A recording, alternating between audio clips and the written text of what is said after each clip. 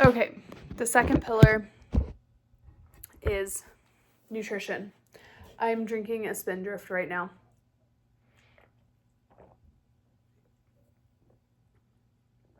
Nutrition is psychology.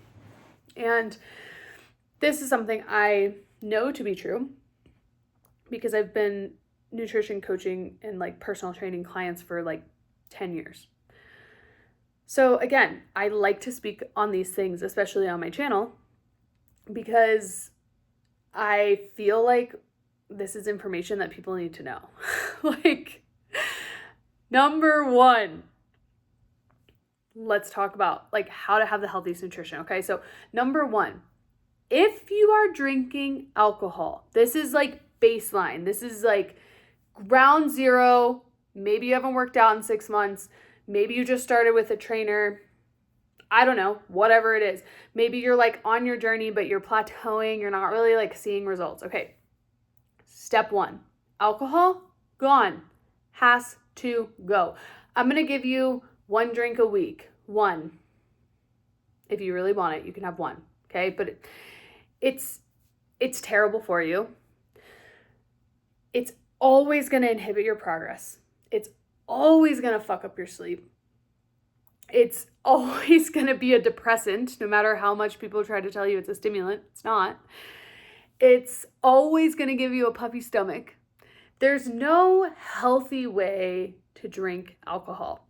And alcohol is, yes, a part of your nutrition because it's something you're intaking and it has calories. And it has a lot of negative effects. I haven't been drunk in like 5 years. I've been sober curious for like 7 years. So probably in the last 7 years, I've maybe drank, and we're talking like 1 drink. In 7 years, because I started in like 2018, 2019, I've probably had, I don't know, under 20 beverages. So like a very small amount, like over 7 years, 20 drinks, that's nothing. 365 days, like you do the math. Alcohol is horrible for you. There's no healthy way to do it. There's no way to slice this in which alcohol is good for you. So don't come for me. I stand really strongly on this. And if you're going to start coaching with me or you're going to start personal training with me, you're not going to be drinking because you're going to get pissed at me. I've had this happen with clients. You're going to get mad at me because you're going to be like, Blaze, why am I not losing more weight? Well, why are you drinking like 7 vodka tonics on Saturdays and Sundays? Or 6 beers a week? Or 2 bottles of wine? Like, even, it's so detrimental to your progress. Okay, so I gotta just really hit the nail on the head there. The alcohol has to stop. If you want to start coaching and you want to have accountability, alcohol is gone. I tell it to all my clients. Don't come in here hungover. Don't fucking come in here drunk. And don't come in here asking for me to get you results with a customized coaching program if you're going to drink. It's just a waste of your money. It's a waste of your money and it's a waste of my time. Okay, alcohol is done. Nutrition. So I used to be a vegan. That was a rough time, let me tell you. I had adrenal fatigue. I had depression. I was constantly burnt out. I took naps for like 2 to 3 hours a day. And I pretty much always felt like I was going to pass out. So I cannot recommend veganism at all. If you're a vegan, you should just leave my channel because I am like a recovered vegan. Like I'm basically a full-blown carnivore now. I've never felt better. Like, look at these guns. I've never had biceps like this. Not trying to be a douche, just saying. And yeah, so protein, okay? As a vegan, my protein was so deficient, like so deficient. I was probably eating maybe 30 grams a day. And now I eat 30 grams in a meal. I love protein. It pretty much saved my life because it made me feel better. It gave me way better results in the gym. My muscle mass increased significantly. And it took away those cravings. Like, do you ever just get those cravings and you're like, I just want to eat so many chips or like binge on popcorn or like binge on, like, okay, if you're gonna go into that, go into it. But my recommendation is like eat a beef patty before. You will not be able to binge as hard. Like that's honestly what I feel like helped me come out of binging, is just like understanding protein. So protein is huge. If you weigh 150 pounds, I'm going to push you to do 120 grams of protein a day. I know everyone says like 1 gram per body weight pound or whatever, but like I think it's unattainable, and my goal for you is to give you things that are actually attainable that you can succeed at. So shoot for pretty much every woman I would coach. I want you at 100 or more grams of protein, okay? If you have questions about that, let me know. I can figure out how to help you get that protein. But ultimately, the secret sauce for me, ground beef, it's cheap, it's relatively lean. You can get it at like 90%. Eggs and chicken. Life-changing. I don't really like chicken that much. I don't know, something about it just weirds me out. But it's lean. It's good. Number 3 within nutrition after protein is consistency and consistent meal times. So a lot of times clients will come to me, and this has happened plenty of times. They're like, Blaze, like, I don't think I'm eating enough. So I'll be like, okay, let's track your food. They track their food. They're either eating way more than they thought, or they're like genuinely not eating enough. But like when they do eat, it's all of the things that are not going to help them reach their goals. And I don't like to say like, this is good for you, this is bad for you, good food, bad food, trash, diamonds. Like it's not like that, because that's like a really unhealthy way to go about nutrition, is like by making there be like this dogma or like behind everything.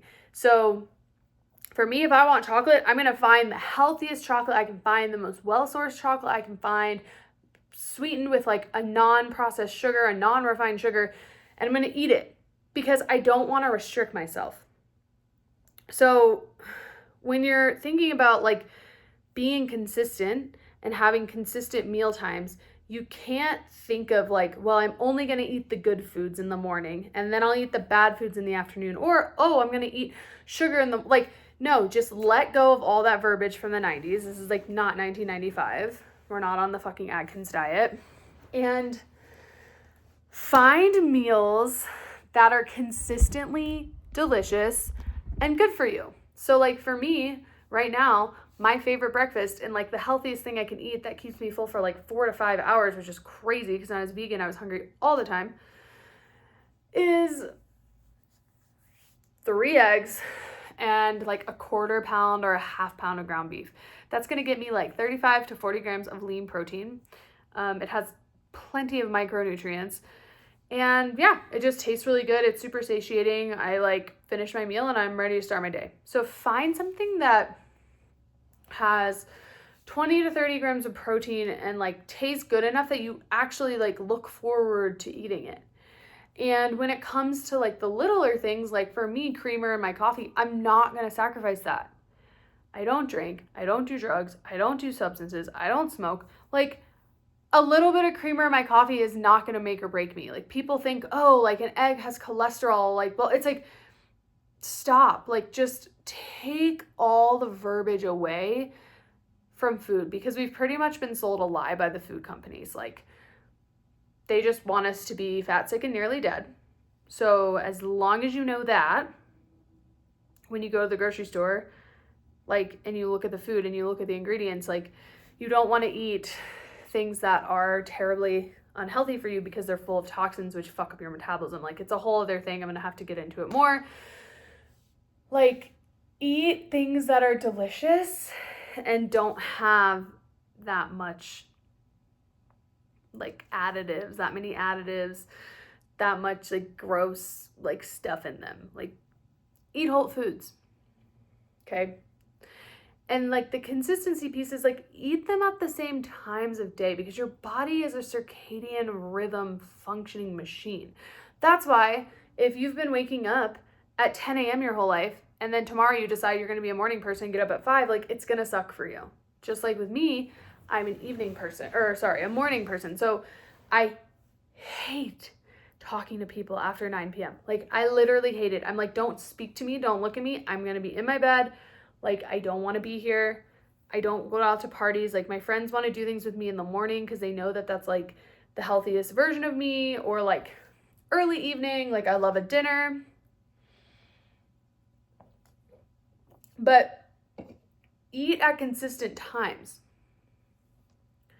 So like, let's say you wake up at 8. Maybe you go for a walk, you see the sun as soon as you wake up, and then you eat breakfast at 9, and you do that every day. Lunch, you eat at 1 o'clock or 2 o'clock, and then dinner, I try to always say go for an early dinner between 5 to 7, probably no later. And when you do this, your body can recognize a circadian rhythm. It can recognize a pattern.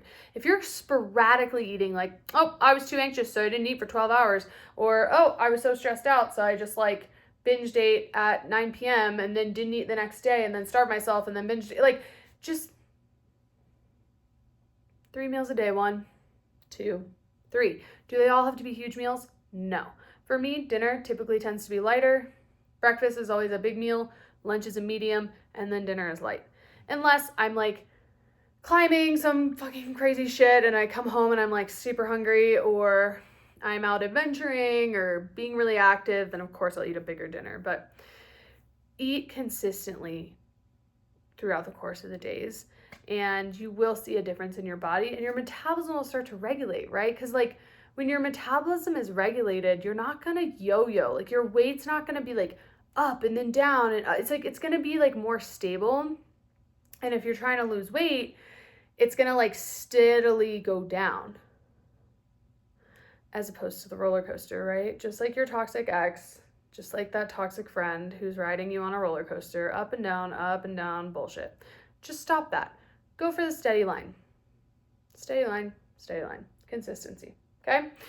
And then the last one is inflammation and bloat. So I'm not going to talk too much about it. This is the last pillar within nutrition. But think about and start to notice how you feel after you eat.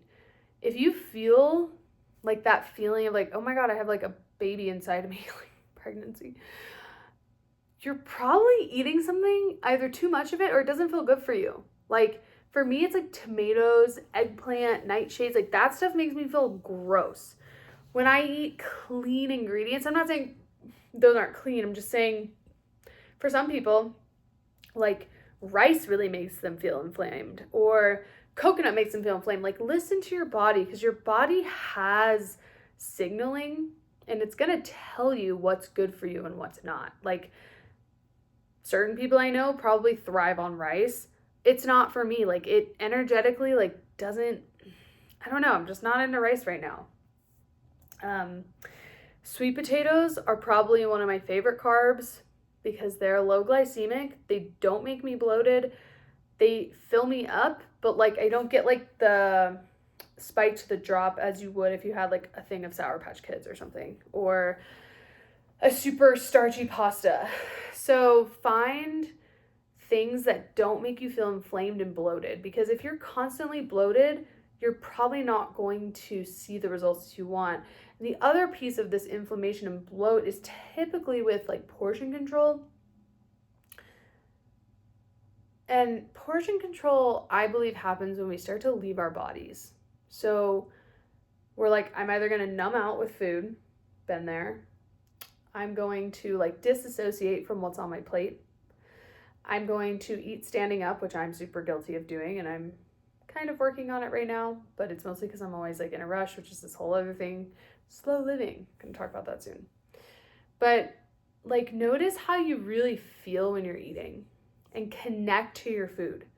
This is such an easy trick that no one really talks about on YouTube. And like I want to teach you the hacks that I've learned that have helped me so much that people aren't really telling you. Like just be mindful. Like when you're eating, like how do you feel?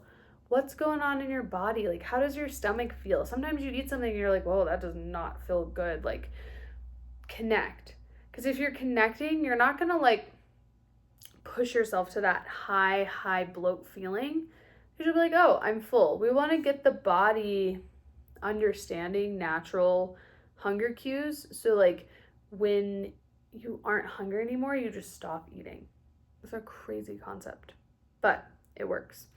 So hopefully these were helpful, and hopefully they were something different than what you listen to right now on YouTube. And if you have questions about coaching, you can just click the link below, and I will see you for the next pillar, so stay tuned.